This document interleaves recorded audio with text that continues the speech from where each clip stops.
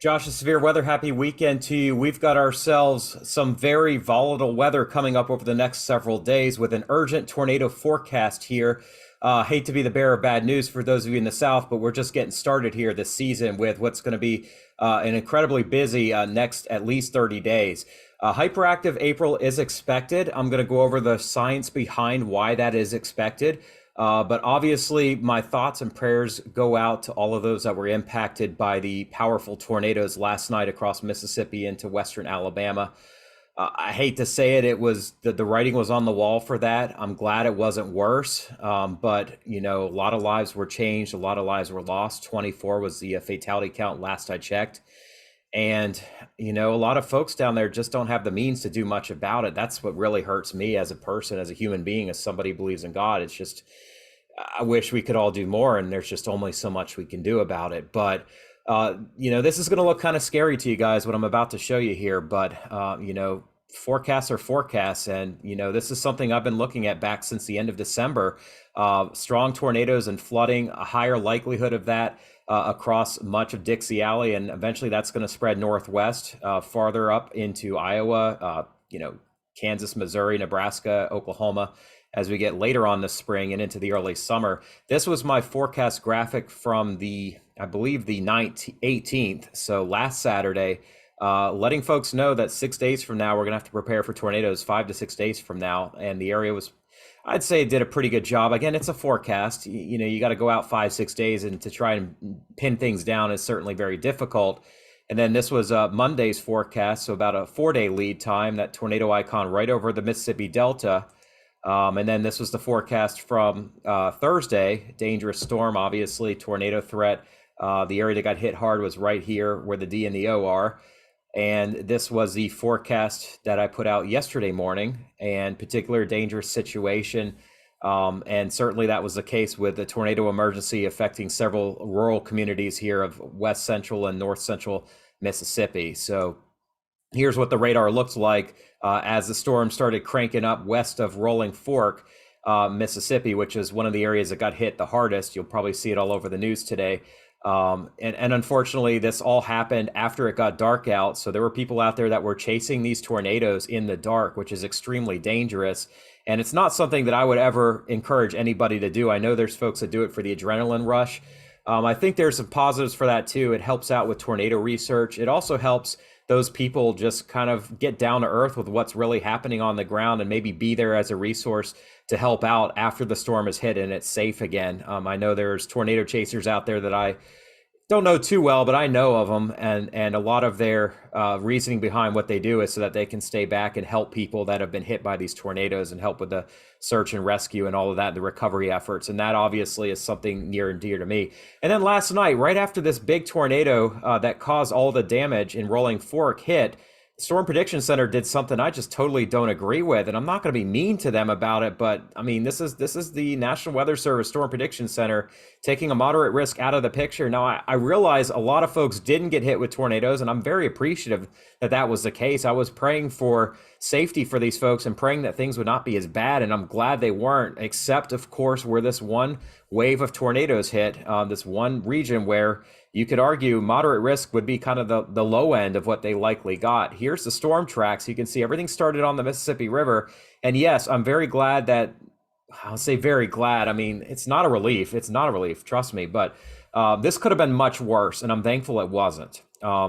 Smaller, more rural areas got hit here by these tornadoes, but nonetheless, these poor folks are just in my mind. And I just, I hate to say it, folks, but this is just the start of what's going to be an active couple of months here across Dixie Alley. And that's going to spread northwest as we get later on into the spring season. They're doing storm surveys today. We'll hopefully have information by 7 o'clock tonight, giving the results of the surveys. From what I'm seeing from some of the storm damage shared by some of the storm chasers, it looks like total devastation. So probably a minimal EF4, maybe somebody got EF5 in there. Whether or not it is, I don't really think it matters, unless you're one of those people that really cares about statistics. I mean, I am a scientist, obviously I do, but EF4 for people that are in mobile homes at night is catastrophic. And that's certainly what it looks like at this point. So anyway, let's talk about the next couple of weeks, because we've got a lot on our plates here. Still wintry weather over the northern tier of the country, the Rockies and California. We're not done with winter yet. Same goes for parts of Canada here. We are going to continue that into April, but farther south, we see a very active jet stream pattern here. This is next Tuesday and Wednesday, and we've got a big storm dropping into California in the southwest at the very end of the month. That is going to bring more severe weather into the plains and eastward into the Ohio Valley at the very end of the month and start of next weekend. Then we get a bit of a lull, and here comes another big one right behind it here around the 6th and 7th. This is just on the ensembles, so there is obviously some timing differences, but another big trough. Certainly, the pattern shapes up to be pretty active again here, and just repeat storm after storm. When you look at ensembles, they diverge, so you don't see as much consensus, obviously, but anytime we've got trough in the west, ridge in the southeast, especially over the northern and central Gulf and Mexico, and fast wind flow in between the two, we have to be concerned about severe weather. And the sun angle is getting higher, the waters are warming, the amount of available fuel for tornadoes continues to climb. It's typically active down here in parts of the wintertime. We saw that, of course, back in December and January, but now add to it stronger sunlight, warmer water temperatures, and there's just more available a higher ceiling for these tornadoes to occur. So that is definitely, something we're going to be watching here. You can see global temperatures from tropicaltidbits.com. The Gulf is above average. It's typically warming up already. The West Coast is below average with all the storms that we've had, and we're seeing some warming here in the El Nino regions, which is why La Nina is officially over. But it's not just solid El Nino everywhere. There's still some cool Central Pacific water. There's warm Eastern Pacific water and warm Western. So where there's a difference is a lot of the reason that could be attributed to the more volatile weather pattern that we're in. We call it a trans Nino. I talked about this at the end of December when I did my seasonal forecast for tornadoes, that this could be a very active year, and I still believe that. And I hope, obviously, that folks that have been historically hit over and over again by tornadoes miss out. But I mean, typically when you speak about a bigger picture of the weather pattern, the climate repeats itself over and over again. And you can see, I'm going to show you the Nino indices here. The Nino 3.4, this is what is considered a neutral phase here. So we're pretty close to average. We actually dropped a little below, but it's not a La Nina. We had the La Nina up until about the middle of February. But then when you look at Nino 1 and 2, that is the region just off of the Ecuador-Peru coast. It's been highly positive. And when you see a big difference like that of over 1.5 degrees of anomaly, that makes the Trans Nino index significant. And that is something that's been researched to show that stronger, more active tornado seasons occur more often during those Trans Nino indices in years. And that's what we're dealing with now. We may go into an El Nino fully here later in the summer into the fall. That will impact the tropical season and next winter.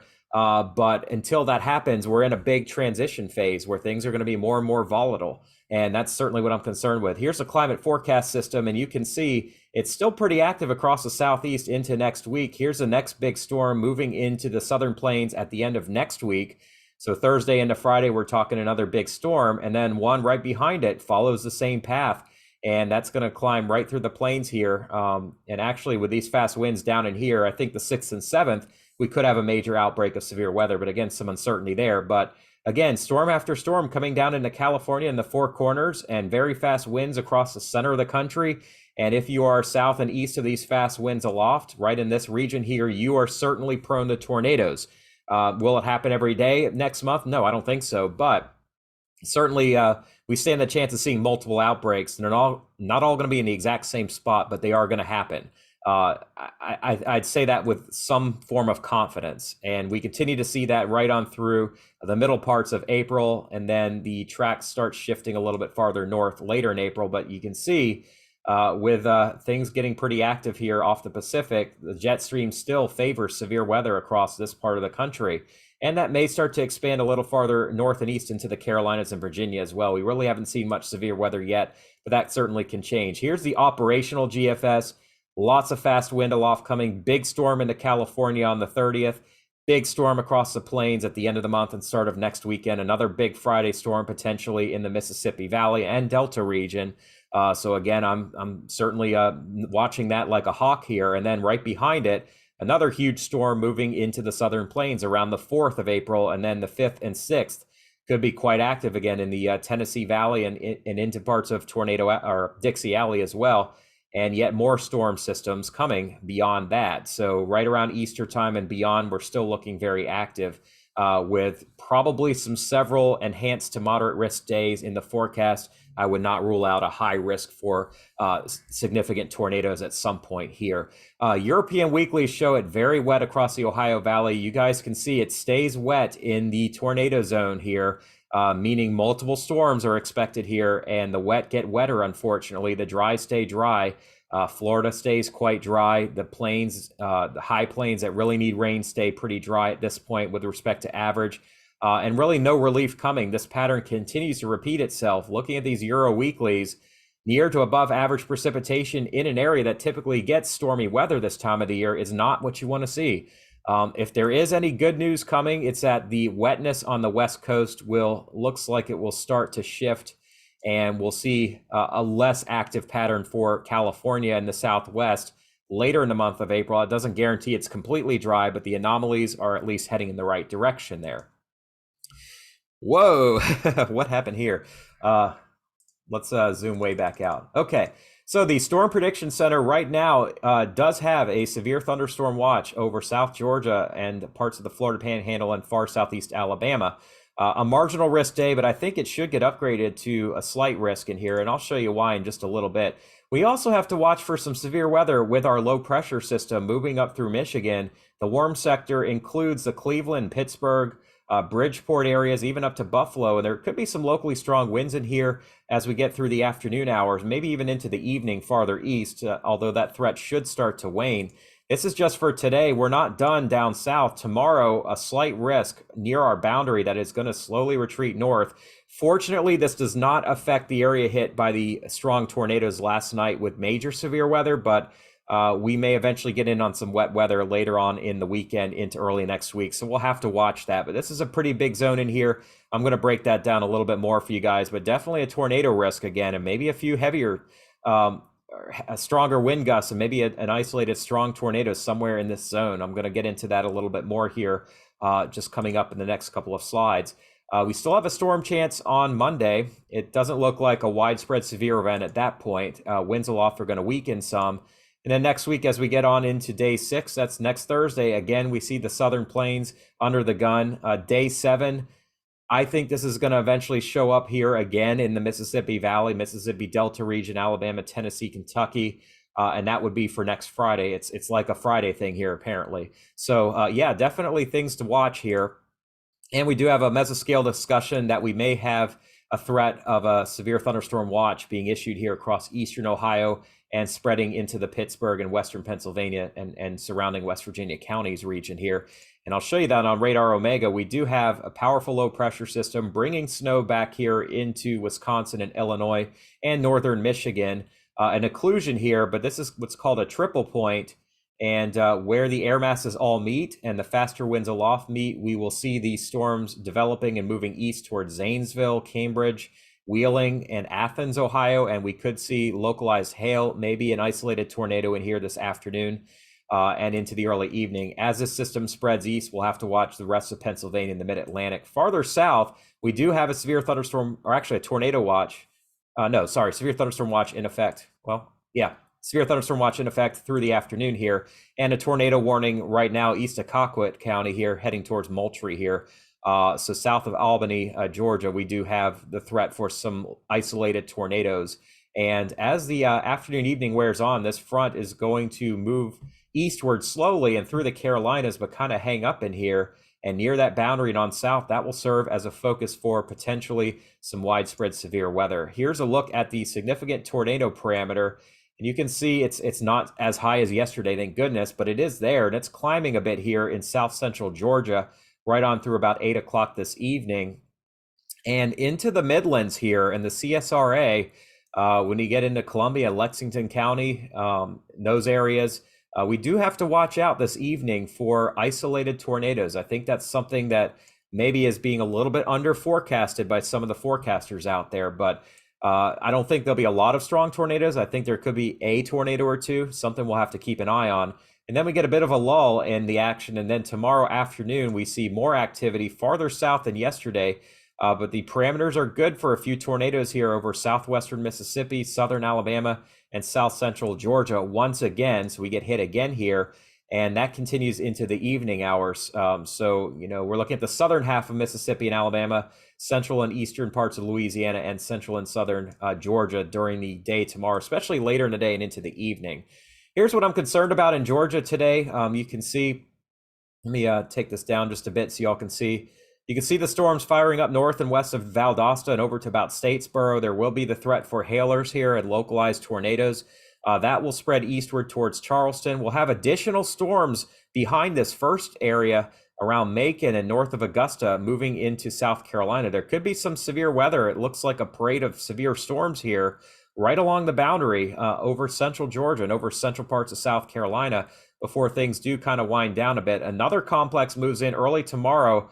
If you're heading out to church around Noonan and Macon, things could be severe again. Augusta and then into Florence. So I know a lot of people are heading into this area with the Masters coming up. Just be vigilant for that potential for severe weather, and then things head more towards the low country late in the day. But multiple rounds of storms expected here right on through tomorrow night, and we'll see additional weather moving north and east. I'm going to back it up here into Mississippi and Alabama. Quiet as we get through this afternoon. More additional storms. What am I saying?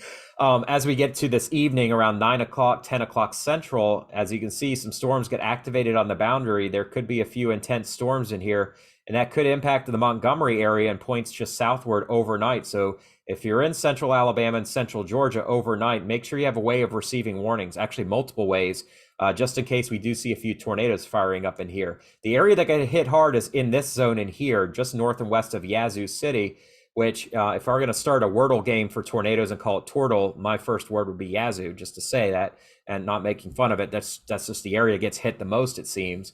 And, nighttime tornadoes tomorrow is something we'll have to keep an eye on over parts of central and southern Mississippi, Alabama into Georgia.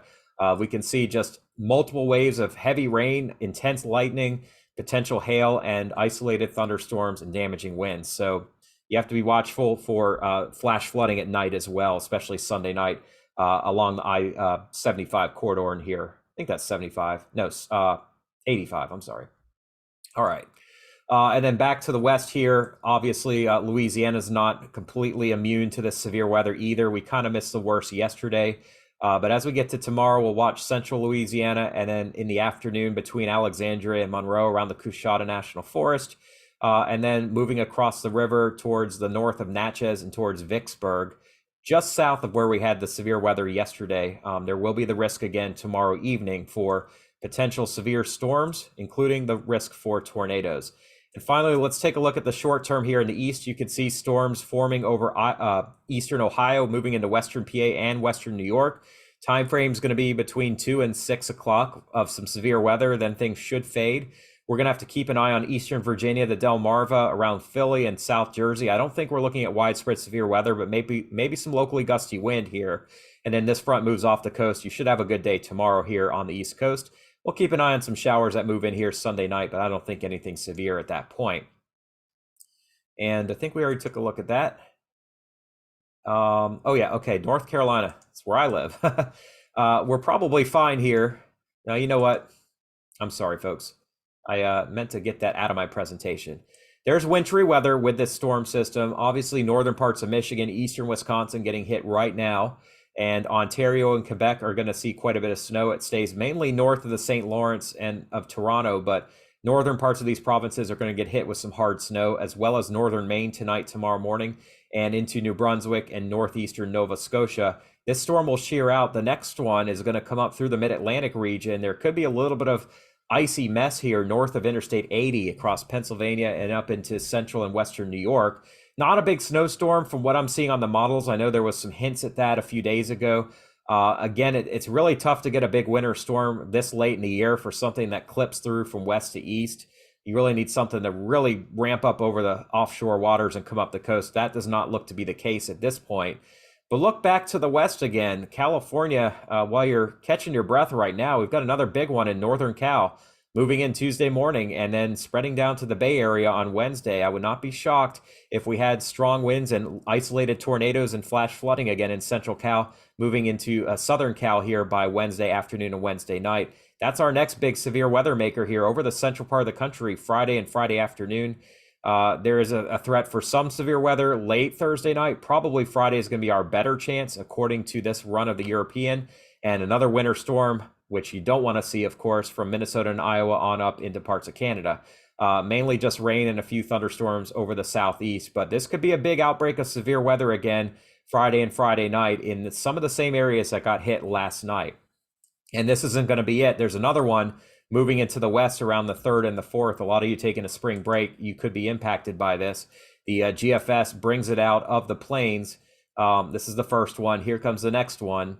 And it looks pretty bad here around the 4th and 5th across parts of Arkansas, Louisiana, Mississippi, Alabama, Tennessee. Definitely, we have to keep an eye on this for the 4th and 5th. And that timing could change a little bit more. And then maybe that heads into the Carolinas here around the 5th and 6th.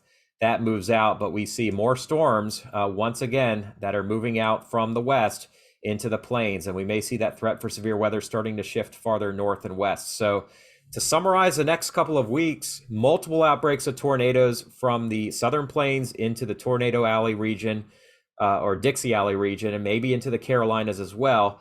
More winter storms across southeast Canada, the upper Great Lakes in the Midwest, big snows in the interior West, more heavy rain for California after a couple days off. It's just the pattern's gonna keep repeating itself. And look at all this rain that's being forecast here over the next couple of weeks. Lots of precipitation in the south and east, 5, 6, 7 inches. It's gonna be pretty nasty here, and including Augusta around the Masters time frame. Nasty precipitation out west as well. Northern Cal, Southwest Oregon into the mountains, going to see the heaviest. Winter weather certainly going to be an issue here. Lots of precipitation over the upper Mississippi Valley.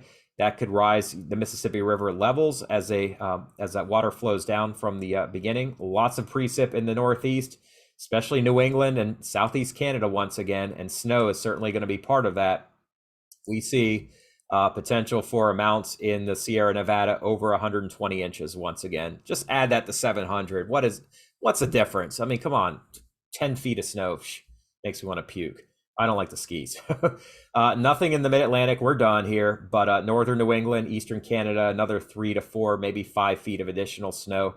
Not just snow we have to worry about, but even, believe it or not, some ice could be in the picture here at some point in the Ohio Valley, not in the Ohio Valley, the Great Lakes, the upper Midwest into the interior of the Northeast, New England and Canada, right on into April. So, wow. Listen, I really hate being the bearer of bad news. I hate being the person that is potentially fear-mongering, but I just know that, times have changed here and the weather is a big deal and we need to be prepared for it as much as we can. And that's my goal, is to just share what I can with you. And if it's wrong, I will own up to that. I'm perfectly fine with this being wrong. I'm perfectly fine if we don't see an EF5 tornado at all this year, but regardless, we need to be prepared for the worst and expect the best. So if you could subscribe to my YouTube channel and join me on Facebook as well, facebook.com/Josh'sSevereWX, which stands for weather. I'm going to give you guys the latest updates and do my best here, but I just really appreciate your time if you did join me this afternoon or this weekend. And I really am going to be in prayer for those who have been hit by the tornadoes. I believe prayer makes a huge difference. It gives us all a call of action. It gives us the ability to talk to God and thank him for what we do have and that we weren't affected by this. It also brings people together in times of tragedy. And I go back to the Bible, which I read every day, Job 1:19-21. Suddenly, a powerful wind swept in from the wilderness and hit the house on all sides. The house collapsed and all your children are dead. I am the only one who escaped to tell you.